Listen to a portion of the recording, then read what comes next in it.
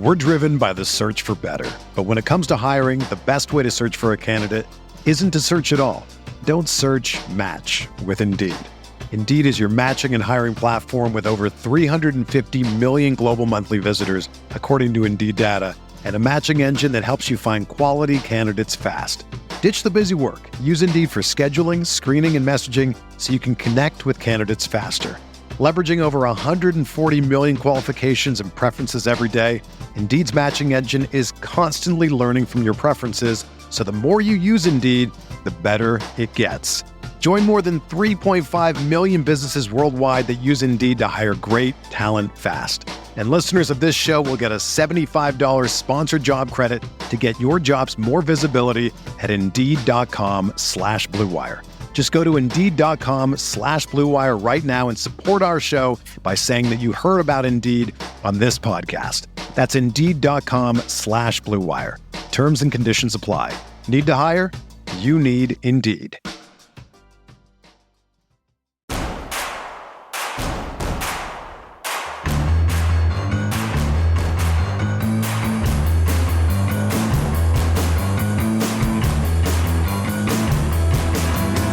From your favorite source for Chicago White Sox talk, delivering news, interviews, analysis, and more. This is the Sox Machine Podcast with your hosts, Jim Margulis, James Fegan, and Josh Nelson. Thanks, Rob, and welcome to a new episode of the Sox Machine Podcast. I'm your host, Josh Nelson, and it's January 8th, 2025, as we record this show. A cap tip to our friends over at From the 108. Happy 108 Day.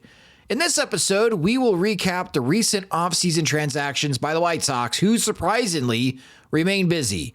Since our last episode, the White Sox have signed two veterans in left-handed starter Martin Perez and infielder Josh Rojas, traded for another left-handed reliever in Tyler Gilbert, and signed former highly rated Boston Red Sox prospect Bobby Dalbec to a minor league deal. Looking at the projected 26-man roster in early January, and this White Sox 26-man roster looks like the island of misfit toys. Maybe 12 or more new faces will make up the roster from what we saw at the end of 2024. Will that produce more wins? Well, that's still unknown, but for many White Sox fans who have been begging for more roster churn, they are certainly seeing that from general manager Chris Getz. So what should we expect from the new guys? And where does the White Sox projected 26-man roster payroll look like? Let's answer those questions with Sox Machine's beat reporter James Fegan and managing editor Jim Margulis. And hello, gents. And Jim, I'll start with you because we have talked about this particular philosophical point of view for a while. This whole idea of roster churn. We've expanded it to 40-man roster, because during the Rick Hahn's days as general manager, it felt really bloated at times, and putting guys in the 40-man roster that was really unnecessary, especially younger players that really wouldn't have a need or fit on the major league level, but they protected them anyways. And here we are, and Chris Getz is churning and burning from the 2024 roster. Are you happy with this amount of roster churn you've seen so far this offseason? I think for the most part, just in terms of bodies moving, in terms of, I guess, how the old conversations have been retired, like, Gavin Sheets in right field, are Eloy Jimenez and Yohan Moncada going to be healthy? That's refreshing. Like, it could be more of the same in terms of, actual quality of baseball, to where, they're losing twice as many games as they win. And, or even that's aspirational given last year, but just it's, uninspiring play, but at the very least, there's nobody they're married to. And there is that level of protection for Colson Montgomery, either of the two catchers now, because it used to be just Edgar Carroll before that. We're hoping somebody like Matt Thaiss would come aboard, and instead now it's Kyle Teal as well. There's a little bit more depth position player wise, especially with Josh Rojas coming aboard, to where like the infield makes a little bit more sense defensively. So like it looks a little bit better on its face. And there's also just, even if you treat them as human shields, somebody you have to be on the roster just to protect Colson Montgomery from being rushed or something like that. There is that purpose being achieved. I think the only area Where I don't quite understand and probably won't until their actual results is the bullpen, just trading prospects, younger arms for older arms that don't have a lot of trade value. It seems like you're looking for like an 80th percentile outcome to try to boost them up and shine them up so somebody else will trade them. And, maybe it is a case like the Tommy Kahnle trade to where they do actually find that guy who's been either misused or just in the wrong environment, isn't leaning on his best pitch enough, and all of a sudden turns it up a notch, and you can keep trading that red paper clip for more. But right now, it just feels like a little bit trying to pursue a little bit more bullpen certainty because of how agonizing games were after the 6th inning last year. And, potentially you lose somebody. Like, I'm trying not to be too concerned about it because like it reminds me of the Ivan Nova trade. Do you remember who was traded for Ivan Nova? No. I do. Yordi Rosario. Yes. DSL pitcher. Yeah. You win the right to be involved in the next question. Sit down. No, but it was a case where like that was somebody who was posting, interesting numbers in the DSL and was like, all right, we haven't seen many pitchers succeed like this, but then the pandemic hits and he never really surfaces with Pittsburgh in any meaningful way. And like White Sox got a useful year out of Ivan Nova, and that's about it. So yeah, I think Fajardo could do the same thing. Aaron Combs is ways away, but I don't quite understand trading two of those guys for older lefty relievers. Like one trade I kind of get, two is I guess you're increasing your chances of finding somebody to trade, but also it feels like you're just kind of going on the same well. And the more you do it, there are going to be some diminishing returns, or like the greater the chances that one of these lottery tickets hits and the other team gets a benefit from it, and an arm the White Sox could use isn't there.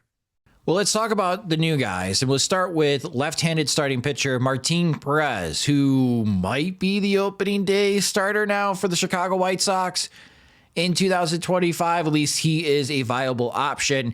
He signs a 1-year, $3.5 million contract. Now, there's a mutual option for 2026 for $10 million, or there's a $1.5 million buyout. So that's why, if you're reading that Perez is getting $5 million from the White Sox, yes, he is getting at least $5 million from the Chicago White Sox, but his number for the payroll in 2025 is $3.5 million. Last year, uneven results, not great for Pittsburgh. 16 starts, had a 5.20 ERA, 83 innings, was worth negative 0. WAR, according to Baseball Reference. Gets traded to San Diego because, man, San Diego just needed human bodies in their starting rotation at the end of last season. Pitched well for the Padres. 10 starts, 3.46 ERA, over 52 innings, was worth 1 WAR, according to Baseball Reference. Perez's best season of his career was in 2022 with the Texas Rangers, with Will Venable on the coaching staff. 32 starts, 196 innings, a 5 WAR season, according to Baseball Reference, and a 2.89 ERA. And if he does that in the first half of the Chicago White Sox, I don't think he's going to be sticking around for the second half of the Chicago White Sox in 2025. We'll get to that point in a moment. But James, what are the White Sox hoping here for Martin Perez? What is Perez bringing to the starting rotation? Innings, baby. Sweet, sweet innings. His 135 innings last year. It's the 6th time he's done that in his career, which for someone who, for an elder millennial, that's just sickening to hear as an example of like durability. But still, I digress. 6 more times than anyone knew the White Sox would throw at their rotation depth at this point has done that fact. Like Bryce Wilson obviously offers you length, but as far as the classic knows how to navigate through a season type of experience, Perez stands alone. And that's obviously kind of the selling point. He's been able to stick around in like kind of the mid-4s, probably a little bit better than what I'd say Flexen last year, but maybe of a similar mode where it's not a lot of bat missing and it seems like a profile. It's always been sinker heavy. That's been dependent a little bit on the defense. So you could see it struggling here, but obviously it's a little bit better with San Diego results wise. the run estimators don't really back it up. He was still not striking a ton of people out. He's still getting hit decently hard, but it looked like there were some tweaks to his cutter and sinker, which is really what he leans on at this stage in his career. He's gone through a ton of iterations since he was a top prospect. Now that you have Josh Rojas getting official alongside him, maybe you have a goal of at least one spot you're confident you're getting plus infield defense that makes it a little bit more viable. There have been recent spurts, as much as Perez has a long enough career of just being kind of an average starter overall to really lean on, where you're kind of more hoping he maintains it. He was an all-star a couple of years ago off a good year of batted ball results. He had pretty good first half in 2023 as well. There have been spurts where the ground ball rates up to 50%, and that puts him like a fringe mid-rotation kind of tier. And there have been spurts where he with whatever they did with him in San Diego down the stretch, the stuff grades on his cutter and sinker went up. It was his highest like in zone swing and miss rate of his career if you like took that as a season. Small sample, so don't know if he's going to maintain it, but like doing some interesting things to pitch as well as he did. It's not just pure fluke. So obviously a lot of miles on it. We'll see how he shows up in spring training and what Madison does with him, since he definitely fits kind of the profile they've sought. Mostly guys who don't strike out a lot of people because they're cheap, but also a profile they've had success with outside of the the cost certainty, which I think is obviously a priority for all White Sox signings. Yeah, am I crazy to say, like, I like this signing for the White Sox, and I like this signing better to give someone like Martin Perez $3.5 million than signing Alex Cobb to $15 million. Like, that seems to be the going rate now, because Justin Verlander and Charlie Morton also signed for $15 million. There's been so many starting pitchers this offseason signing for $15 million. I'm totally thinking that collusion is back in full force, baby. In Major League Baseball, everyone's agreeing this level of pitchers, they make $15 million. But here the White Sox are getting someone for $3.5 million in Martin Perez. And even if Perez carries Jim, let's say a 4.50 ERA, here we are in July, All-Star break time. Perez makes 15 starts for the White Sox. He's accumulated more than 70 innings. I have to figure he's going to be at maybe a last-minute trade deadline for any type of team that's contending that just needs a back-end starter, because, again, it's just $3.5 million. When you get halfway through the season, it's not even $2 million for the rest of the year, and just a $1.5 million buyout. That's such a small financial commitment for someone that, as James pointed out, is going to eat up some innings for you, as he's demonstrated in his career. So I like this signing for the White Sox. Am I crazy to like this signing? No, crazy for a lot of reasons, but not that. I'm looking at his Baseball Reference page, and a couple things jump out, especially when you look at like the transaction history or the salary history. 33 years old, turns 34 April 4th. He's reached free agency 7 times, which seems like a lot. Like, just it seems like, one of many off seasons where Martin Perez could have made sense for the White Sox in some capacity. Like, I've seen his name in a lot of off season plan projects. So I went to see like how many times have the White Sox been in this position of being able to sign him, and 7 times, 7 times the charm. So like, there's that. Also, when looking at his transaction history, he's been bought out of his contract 4 times. So it seems like every team signs this kind of deal where it's like either 1 year with a mutual option. I'll have to look more at the status of the options, but like either they're just figuring out and paying him the buyout, or they have some optimism for the second year that never quite materializes. So like, teams never get married to him. But on the other hand, when you look at his innings total, as James said, ERAs are never terrible, aside from like the 1 year that maybe launched this perpetual free agency path that he's been on was his a really terrible contract year in Texas, where he had a 6.22 ERA and just awful numbers all the way around. Teams never seem to regret signing him. Like, he's always useful. Like, he's never dominant. He might have some lopsided halves to where like he's in danger of losing his rotation spot, or all of a sudden he's an all-star in the first half and then suddenly regression kicks in and they're counting on him to do more and he doesn't. So there might be some like dissatisfaction, or they're never quite, you never quite get the full season of Martin Perez aside from that all-star year in Texas.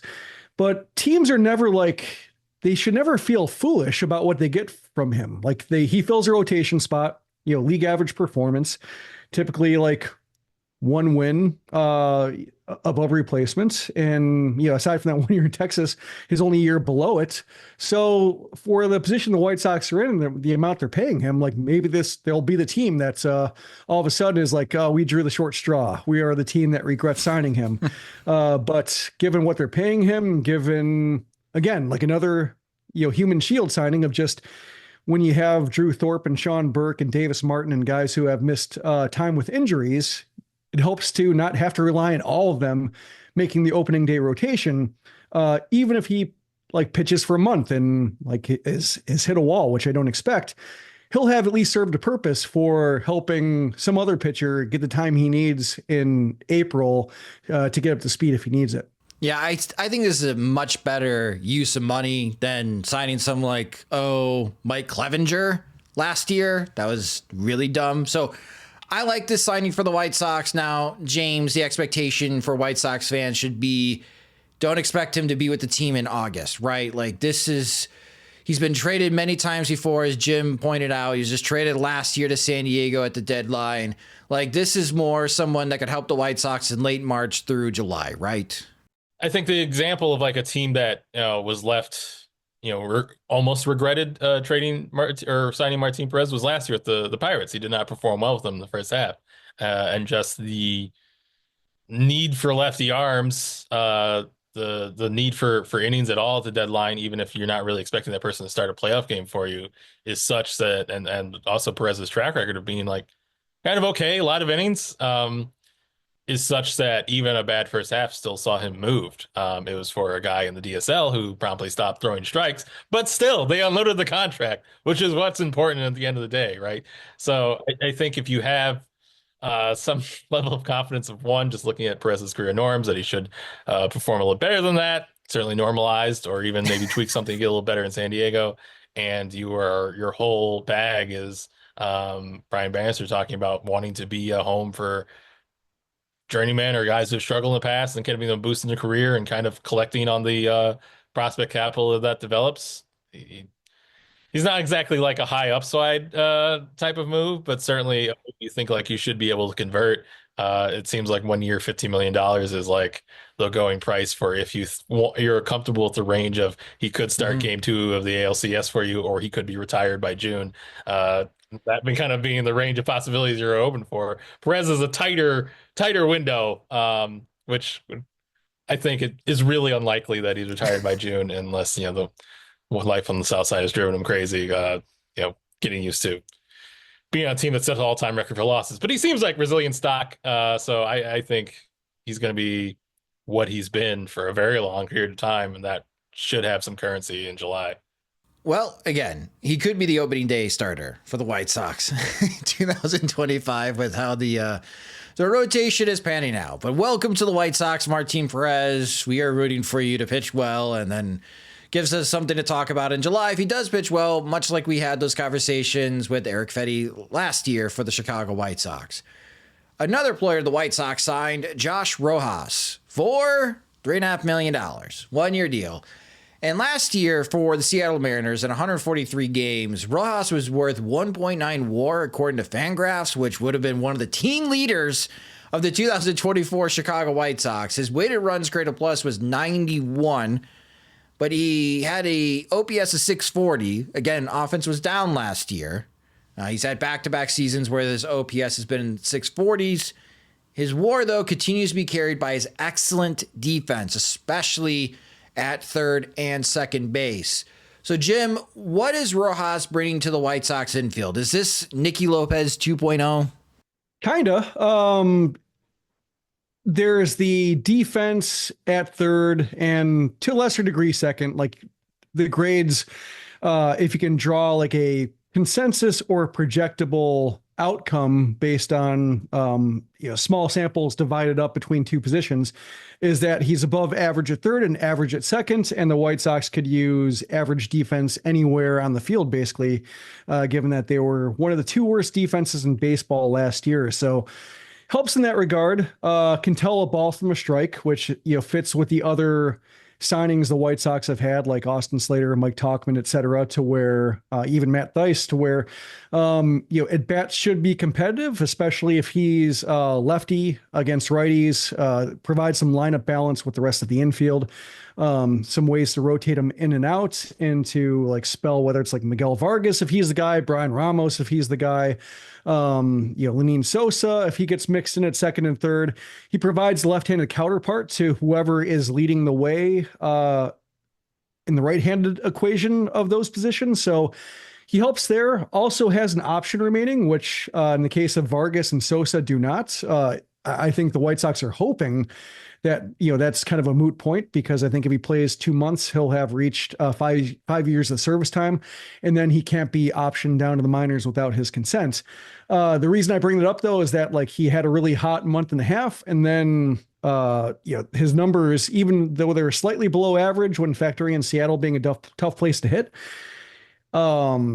his numbers are still pretty bad, like after the first month and a half. And if he comes out of the gate, like hitting like he did, sub 200 average over the last, 3.5 months of the, or 4.5 months of the season, and that's the guy he is now as he ventures into his 30s, then all of a sudden the White Sox might look and say like, we got, enough infielders outplaying him. Brooks Baldwin has been a pleasant surprise, or Brian Ramos has stepped up to where like we have positions taken care of and we can't option Miguel Vargas down. So I guess Rojas is drawing the unfortunate assignment here of going to Charlotte, but they need some kind of, especially early in the season when they're trying to figure out what Sosa and Vargas are. They need some kind of, escape path, or like just a way to lessen the tension and the ease of the logjam at those positions, because of just how they're hemmed in. Possibly Vargas doesn't hit, Sosa doesn't hit, and like the White Sox take their chances optioning them or trying to clear them through waivers to get them to Charlotte, and they lose them or they keep them, and it doesn't really matter. But for the time being, I think the White Sox, given how much shuffling they can do, they need every possible ability to mold the roster and exchange players between the majors and AAA, and Rojas gives them the ability to do that. That's just like a terrible case scenario for him if that happens. Ultimately, I think he's the guy who's providing, whether it's one position or two, which I think is like where the Nicky Lopez part comes in, second and short. You're getting third and second this time. Left-handed bats, just more power, like not a lot of power, but just anybody can really have more power than Lopez had. But same idea, by and large, and fits in with the other signings in terms of just competitive at bats and enough pop to where pitchers should be more concerned about throwing him strikes. Because Lopez, had decent plate control himself, just ultimately did not strike fear in the hearts of pitchers that like grooving one would result in like more than a well-struck single. Yeah, Baseball Savant with the expected home runs. Rojas hit 8 home runs last year. If he played his home games at Rate Field, not Guarantee Rate Field, I will get this down. At Rate Field, he would have hit 11 instead of 8. So maybe another 10 home run guy for the White Sox lineup. It's hard right now in early January. Pitchers and catchers are going to report in a month in Glendale.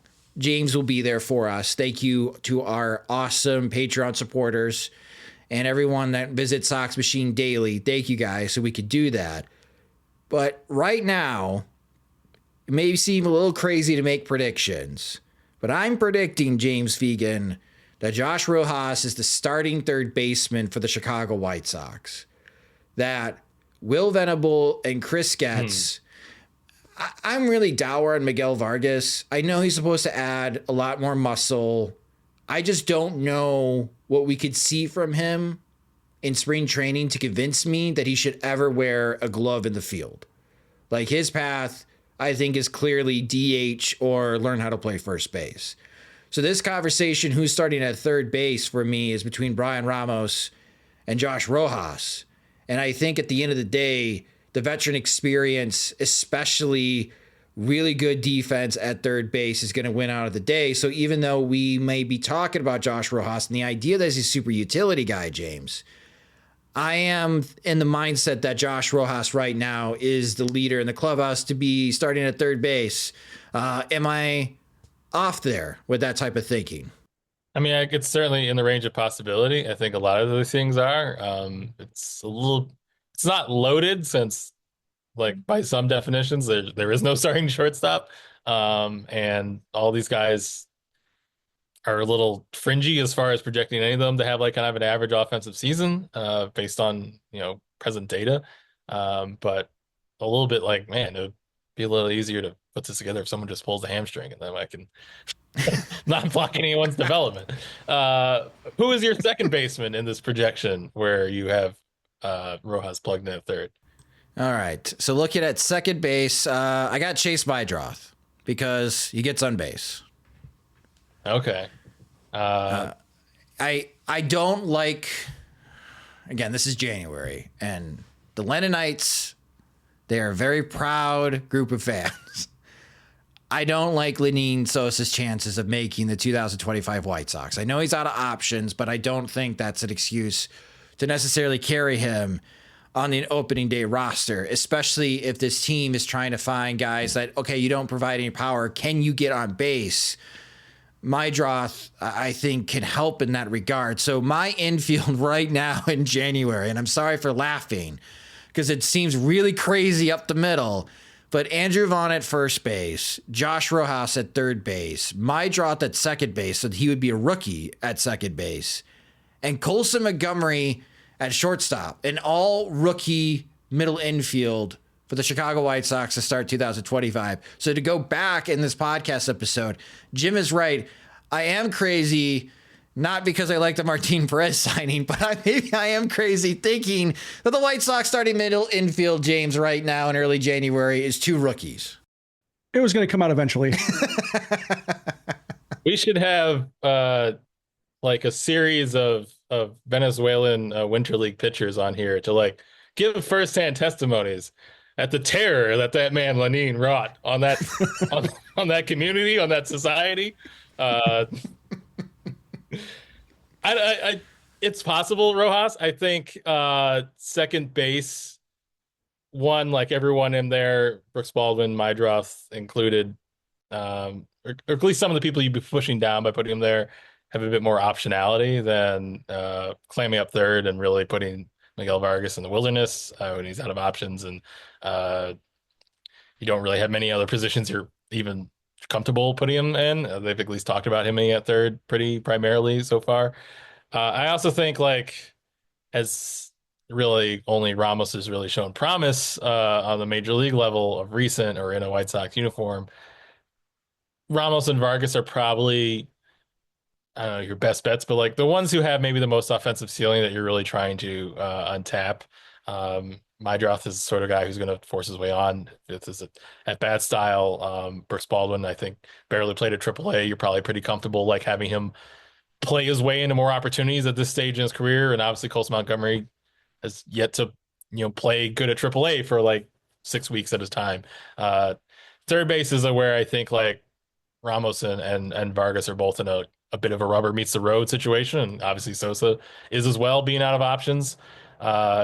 I feel like you put more guys, especially in the case of Vargas and Ramos, that you really want to see and figure out in the wilderness by plugging in Rojas as your third baseman right off the bat. Though obviously Ramos was working a little bit on left field when the season ended, and that was something he said he was going to continue the offseason.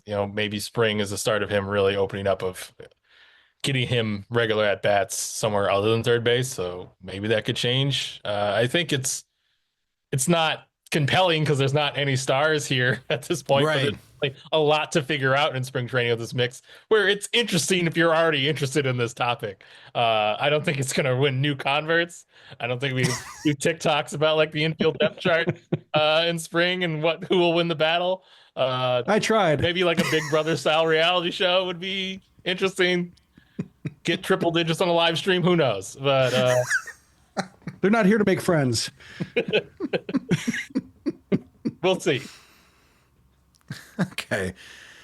Yeah, the White Sox infield, again, Jim wrote about this. He broke down like many possibilities the White Sox could go with right now in the infield. You can check out that article at soxmachine.com. If you missed it, I have a link to it in the podcast page that you could go ahead and click on it and revisit all those options. Great conversation and dialogue in the comments section of that post as well. As people were debating like which of these are the best options right now.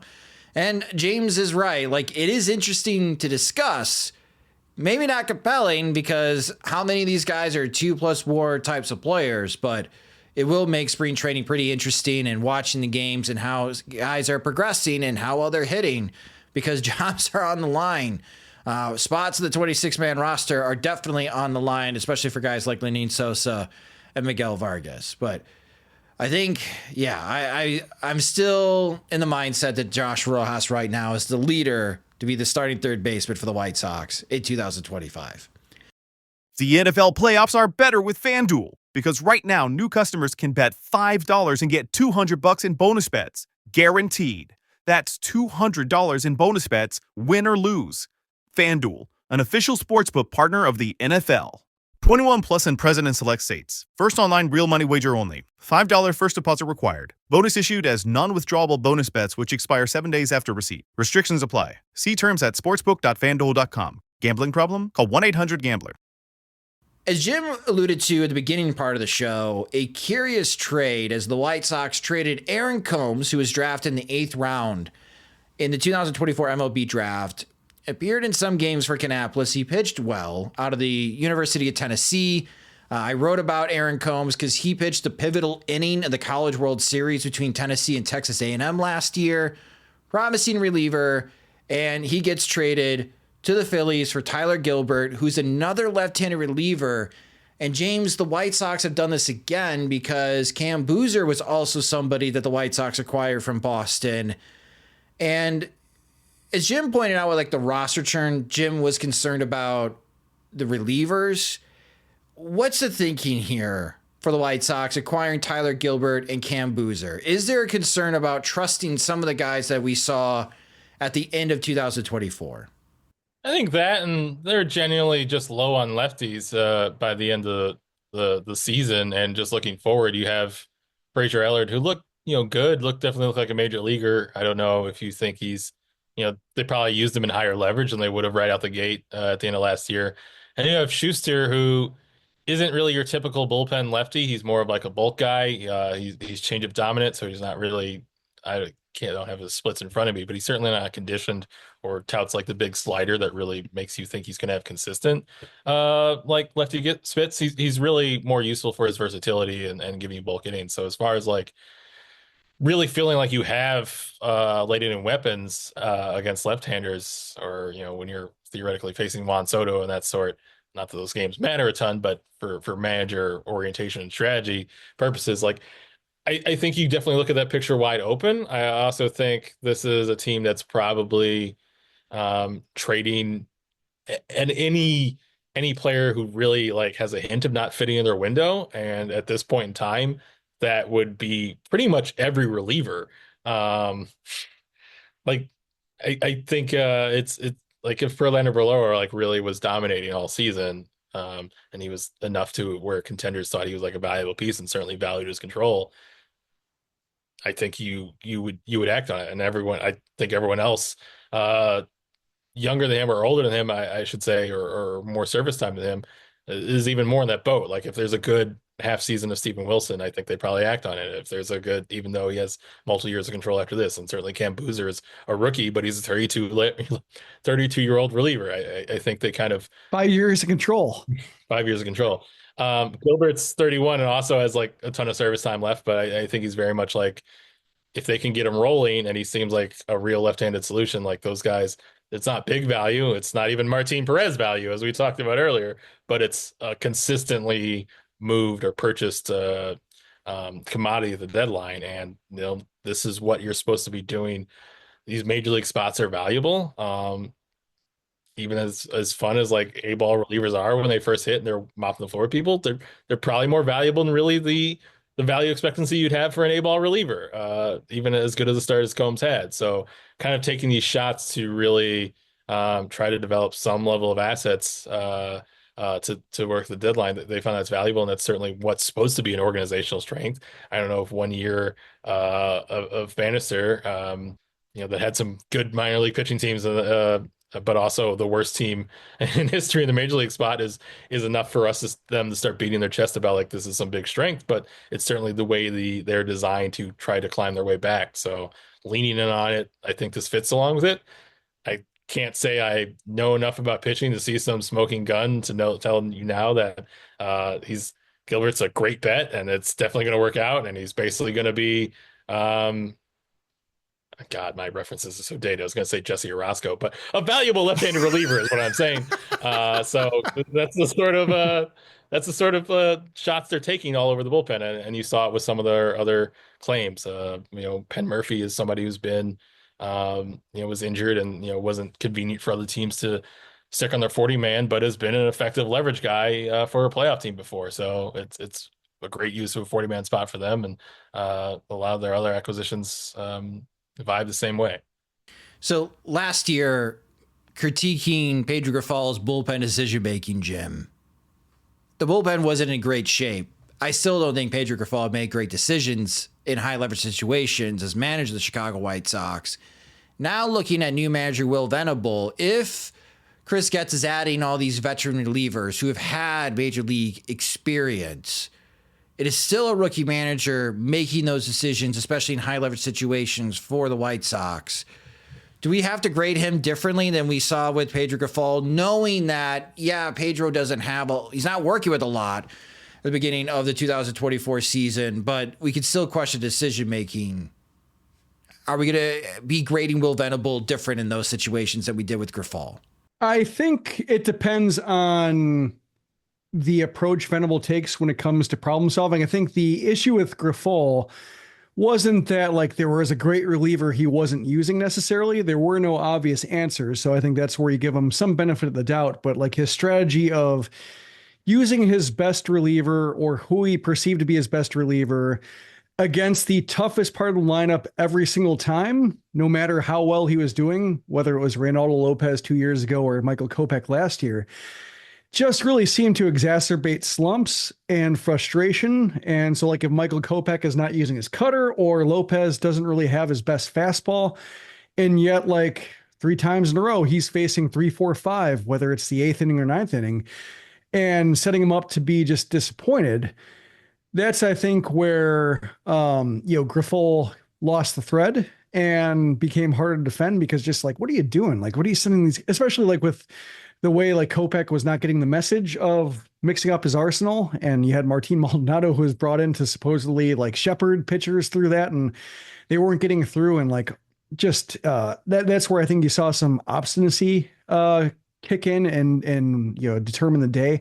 So I think like if Venable, even if his first idea isn't good, like if he is able to pivot off it without like panicking, without like throwing guys under the bus, but just trying to maintain some flexibility while he determines the pecking order. I think that'll buy him some time. I also wonder, like, I've had in my mind watching the non-tenders, like Kyle Finnegan, like somebody who's like racked up saves. If they just like bring in somebody who has saved 20 games in a season just to be the default 9th inning guy, so Venable has an answer he can go to, like somebody he can give the ball to who is used to taking the ball and used to blowing the occasional save that might handle it okay, and also gives Venable an option of like, well, I'm using my closer and it's not working right now, so we'll see if we have to go with somebody else, versus like having this blank slate. And like I think what they want to avoid is having like Venable go through 4 options in April and none of them do the job, and all of a sudden like the season is just as long as it was last year. I think that's what they have to avoid. So I'm curious if they add like somebody a bit more proven towards the end of the winter, just if deal's not shaking well, like, on one of these like 1 year, $5 million deals where they hope they can trade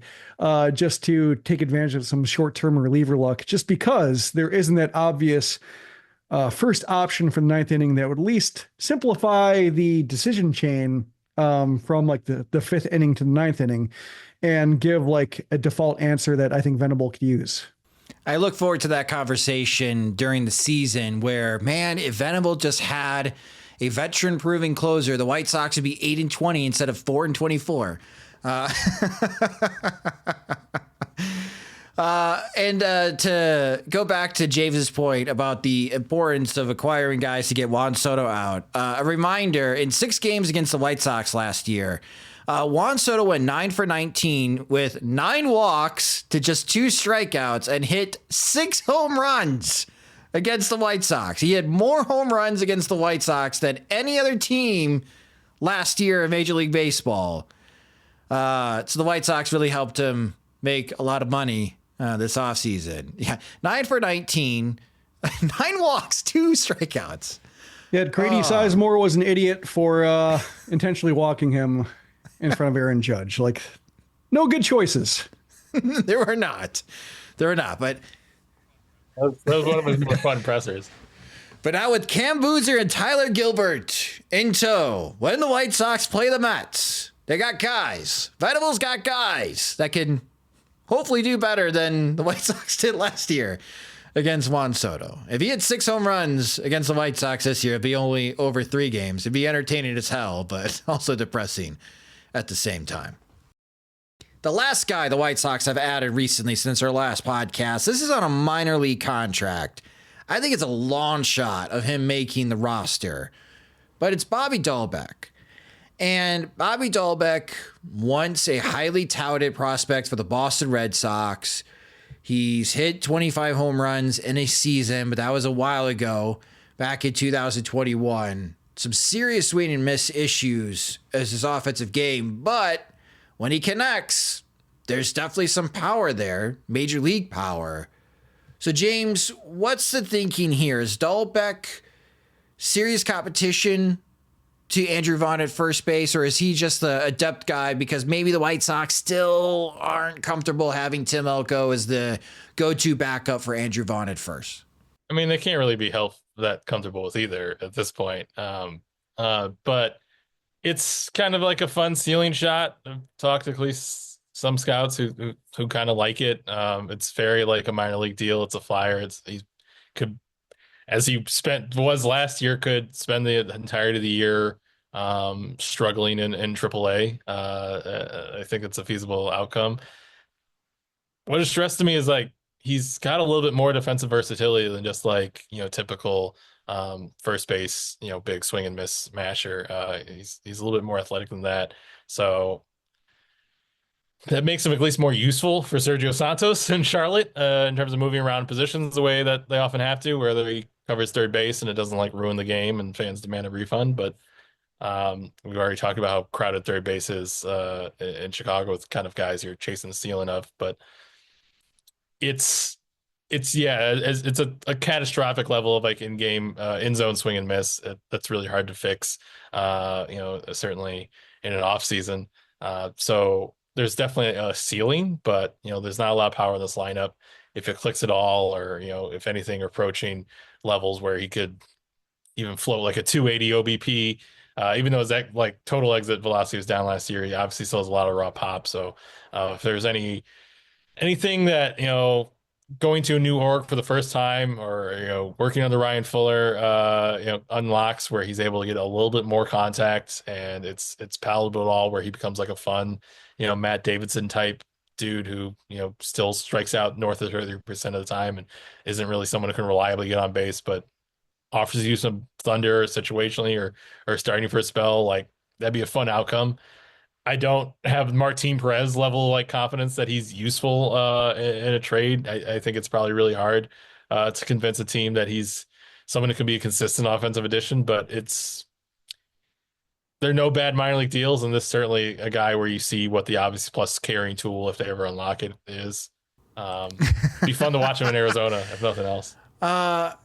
Yeah, I don't know, Jim. Do you put Dalbec ahead of Tim Elko in the pecking order of Andrew Vaughn, backup first baseman?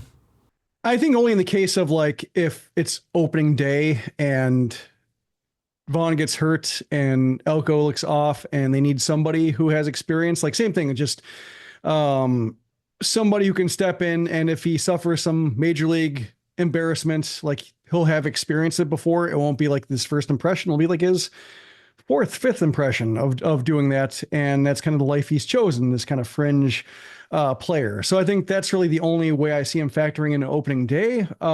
Perhaps, maybe the more likely outcome is like he's traded for cash consideration somewhere in like before his opt-out date, because he looks mildly intriguing, but the White Sox have bodies where he can play, and ultimately like he's not getting the bats he needs. And so he moves on, and the White Sox get like a little bit of money for him. Like we saw that last spring with the NRI pool with Jake Cousins, who the Yankees got some decent relief work from. So the thing that jumped out to me about Dalbec is one homer last year. Can you guess who he hit it off of?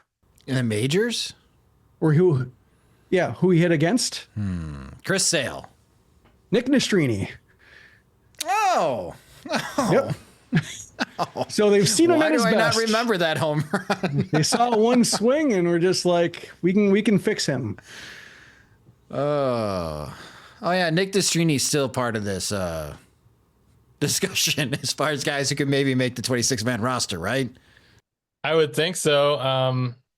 Not that I've heard anything about. I mean, obviously he moved to the bullpen end of season last. Like in terms of like one guy's a stuff level that could actually be high leverage, and also someone you thought your early scouts think could probably pop pretty quickly when he moves there. Like Nastrini was great out of the bullpen. Like that would be someone with swing and miss stuff. Obviously there'd be to be improvements and command gains and consistency that has also eluded them in rotation. But as far as like wondering like where the arms are going to come that are like actually exciting to watch in the later innings, there's a lot of like kind of major league experience dudes or guys who have been seventh inning dudes before or have that sort of potential, who have more service time and experience kind of in front of them. But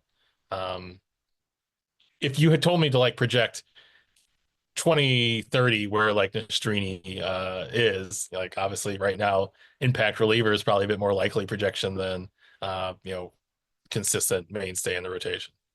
There are some publications who do that. Good luck trying to project the 2030 White Sox roster right now. So some depth. They get some help to help guys like Martí Perez to help out lead the starting rotation. Josh Rojas helps provide quality defense at either third or second base. Tyler Gilbert helps with bullpen depth, and Bobby Dalbec, we'll see if he clicks, and maybe he could provide some much needed power for the White Sox at some point during the 2025 season. So what's next, James, for the White Sox? Because surprisingly, this has been a low-key busy offseason for the White Sox, much different than obviously the contending teams. But as I mentioned a little bit ago, right now your middle infield situation is a bit dicey, especially at shortstop, with the White Sox DFAing Jacob Maya. They also did that for Brendan Shoemake, who got signed and picked up by the Kansas City Royals. Do the White Sox have to go try to add a veteran shortstop? Does it make sense to bring back a Paul DeJong or maybe a Nick Ahmed? Anything else that the White Sox could possibly be looking at this offseason? Yeah, like I think they definitely could. At the same time, they've kind of been signaling a willingness to have Colson Montgomery win that job, and kind of suggested every time, and certainly it was like Brooks Baldwin, have options to kind of sit or be a caretaker for that spot until Colson's ready. So they might not feel like they're really up against the wall beyond what they've already done. I certainly think like they could do more in terms of reliever flyers or even sign like someone to a 1-year deal who fits kind of Jim's description. But we've kind of even like with them having landed their two biggest contracts of the offseason of recent, we've seen the range they've been operating in, and they've foreshadowed it heavily. So even the Perez thing is really kind of more in terms of like, what the damage is for this year, more in line with Rojas with 3.5. So I don't think it's going to be a big fish or there's something really going to blow them away. I think DeJong could probably ask for more than that a little bit, after the season he had offensively, though obviously we're still here in January, he's unsigned. And I don't know if he really defended at a level where a starting shortstop job is open to him this season anyway. But I think I'd be surprised if I saw something that exceeded this level. Certainly. And I also, could easily be on the level of just minor league deals or similar 1 year, 2 million at deals for bullpen depth from here on out. They've done probably a better job than previous seasons in terms of just stacking starting pitching candidates and continuing to look for innings, even though there's more than 5 young pitchers we'd be happy to see. They're not in a situation where they throw them all at the start of the season and have them all be into the thresher by the end of May. By early season announcements, they can all kind of either pitch well in spring training or earn a spot, or pitch well in AAA, and their hands aren't forced. So I think they're in a decent spot depth wise, even while acknowledging that they're still a very bad team. Jim, would you be against the idea of the White Sox maybe bringing back someone like Paul DeJong to help out at shortstop? Kinda. I mean, we saw it last year and it didn't really help the infield at all. I think we probably saw maybe the best case scenario for his offense, given how much he swings and misses on hittable pitches. So it strikes me as going back to the well, a little bit like Elvis Andrus, getting the best case scenario from him for half a season or like a couple months, and then bringing him back and like, oh, there's the rest of his game showing up. And what do you do with that? So I would be inclined to let it lie. I guess the guy who's out there kind of hovering around and might serve a purpose on this roster is like Jose Iglesias, who's still kicking. And this is his 9th time in free agency, talking about guys who have been around the periphery. International pop star Jose Iglesias. Exactly. Yeah. Of White Sox possibilities. Doesn't really play shortstop so much anymore, so it kind of fits in that regard. But in terms of, hey, if you want some veteran leadership for like a whole bunch of infielders floating around, and they tried it with Elvis Andrus, I suppose, and didn't really work out aside from like him just getting mad at Oscar Colas. I think, that's maybe one option I could see maybe working if he's, approaching spring training and would like some kind of, it seems like he deserves a major league contract of some kind versus an NRI, but that's one guy I could see maybe fitting in this, kind of mentorship role, anchoring an infield, showing some guys the ropes, but that's about it. And even then, he played really well for the Mets last year in a short sample. And I think like if he's looking for that kind of role, he could probably find a better team to do it with versus like the White Sox coming off the losing a season ever. I think baseball wise, Iglesias makes sense. I think the overwhelming positivity of Iglesias and his pop music and his general vibe meeting the White Sox fan base, which basically has a demeanor of like, when they flash ahead in the Terminator and we meet like John Connor for the first time and all those people have been like talking robots all day, getting like pumped like Jose Iglesias' new single on them on the broadcast. I feel like it's a powder keg of a situation. So many Shriffen minutes. Let's do it. Again, I'm game for anything in 2025. I mean, like, shout out to Chris Getz for like providing a steady stream of content. Like, it's nice. I like this weekly signing, this weekly transaction that gives us like a little, let's mull over. So if you could just keep meeting this out until prospect week, I'd be happy with it. Well, just got one more month. We can do this. Let's see if we can. Like the diner has a weekly special. So like basically like so January 14th, get that kind of closer, at least somebody who has closing experience. January 21st, middle infielder. 28th, that's that week. I'm not quite sure, but hey, it'd be Sox Fest. We have highlights from Sox Fest. Sox Fest, and also that's the week of usually around the time the NRIs come out. So that'll basically be like 20 transactions in one. So there you go. We're basically there. So that's his roadmap for the rest of the winter. So where does the White Sox player payroll stand after these transactions? And I tweeted this out. I also posted on Blue Sky. I'm guessing here, and guess is the correct word here, and what the 26-man roster is. But as I mentioned in the intro of this podcast, I really do feel like we could see at least half the roster being new faces from where the White Sox ended in 2024. Right now, my guess at a 26-man roster, I got a 26-man payroll for the White Sox, slightly under $65 million. That's $64.7 million. And this number is key because the Oakland A's, give them credit. They signed Luis Severino and they just signed Brent Rooker to a contract extension. They have been having such low payrolls for such a long time that the Players Association was ready to file a grievance against the Oakland A's. I don't know if the Players Association is quite there yet with the Chicago White Sox. But the White Sox are going to have a pretty low payroll in 2025, Jim. I think, well, the A's receive revenue sharing money. That's why it's such a big deal. So that's as long as the White Sox avoid becoming one of the revenue receiving groups, they probably will just, they're not upsetting the rest of the teams that pay into it by not spending it. So I think that's where they can keep doing this and getting away with it if they so choose. I really like the idea you planted in my head of they have like the surprise signing that they announced at Sox Fest to like shock everyone, but it's just all NRIs, just like pouring onto the stage. Well, speaking who's who of who's that? Well, earlier today, speaking of our friends from the 108, it is 108 day. I had lunch with Chirizi, and he and I both like the idea. Again, back to Josh is crazy. James, should the White Sox trade Lenyn Sosa to the Arizona Diamondbacks for Jordan Montgomery? If Arizona truly does not like Jordan Montgomery, if the owner truly does not like Jordan Montgomery, this is a way the White Sox payroll could significantly increase. Yeah, but then again, Montgomery, here's another guy. If he pitched well in the first half, you can easily deal him, just like Martin Perez in July.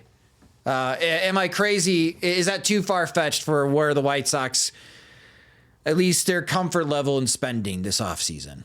Oh, I'd be stunned if they took on salary. So yes, it is too far-fetched, let alone that level. If like that deal was on the table and like I had take a hostile takeover of the White Sox, then that's worth it. A guy you might have to DFA if he has like a cold stretch, or if everyone else outplays him, for like someone who could become a huge trade asset. Like that'd be a great use of budget room if they were being offered that, but they've shown no sign or indication, and I don't know why anything around the org would suggest that they're casually taking on $25 million in salary. I did feel like they did that a little bit more in the last rebuild. Like they took on, it was a weird deal that didn't really like produce a lot of fruit at the end, but like they took on salary for Joakim Soria to, basically the Royals couldn't afford another $10 million reliever, and the White Sox got him and flipped him to really no avail, but still that was the sort of like toward using the fact that they had a really empty payroll to gain prospects down the road, which it'd be nice and obviously give this team more flexibility if they could do that. They've shown no such signs. Okay.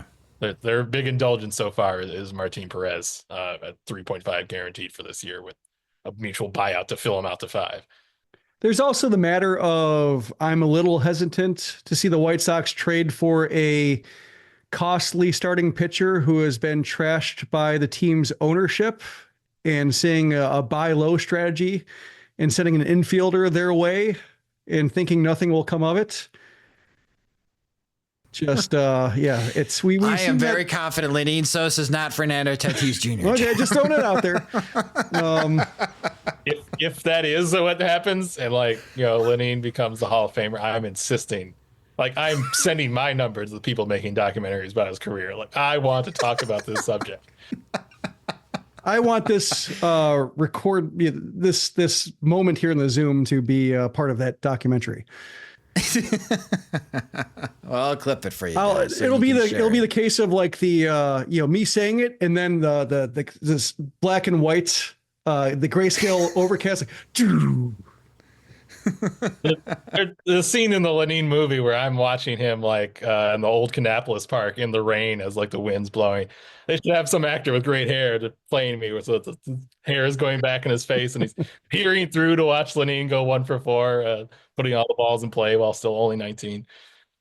Oh, well, I thought I'd pitch that idea. But again, the White Sox payroll currently a little below $65 million. That could change because as we record this Wednesday night, on Thursday, arbitration salaries will be settled. So you can get that news again on SoxMachine.com.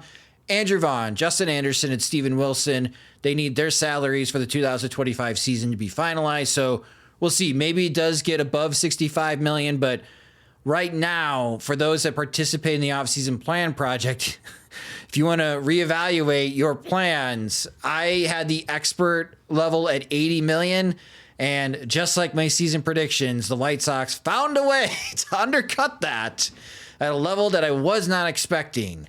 We'll see if this continues. Again, this is the 26-man roster, not the 40-man payroll. So the minority owners that scream at me on social media, I know who you are. I know what you are getting. I'm just specifically talking about the opening day projected 26-man roster for the White Sox, the payroll being below 65 million. Maybe they do reach 100 million with all the insurance, taxes, and all that other stuff. If 80 million is expert, what's like the name of the level beyond it that like Getz is playing at 65? Like legendary, like Roland Heeman, Hall of Fame.